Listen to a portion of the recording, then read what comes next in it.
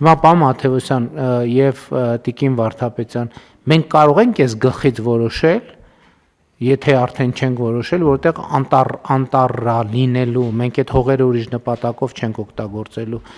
Պարոն Մաթևոսյան, մենք համայնքի հետ ծրագիր ունենք այդտեղ անտառ վերականգնում անելու, կամ անտառը գիտեք ինչ քաղաքային տրամաբանության անտառ պետք է լինի, որը նաև հարմար լինի մարդկանց զբոսնելու համար եւ այլն եւ այլն։ Իմիջիայլոց այդպիսի ծրագիր մենք ունենք եւ Դալմայում,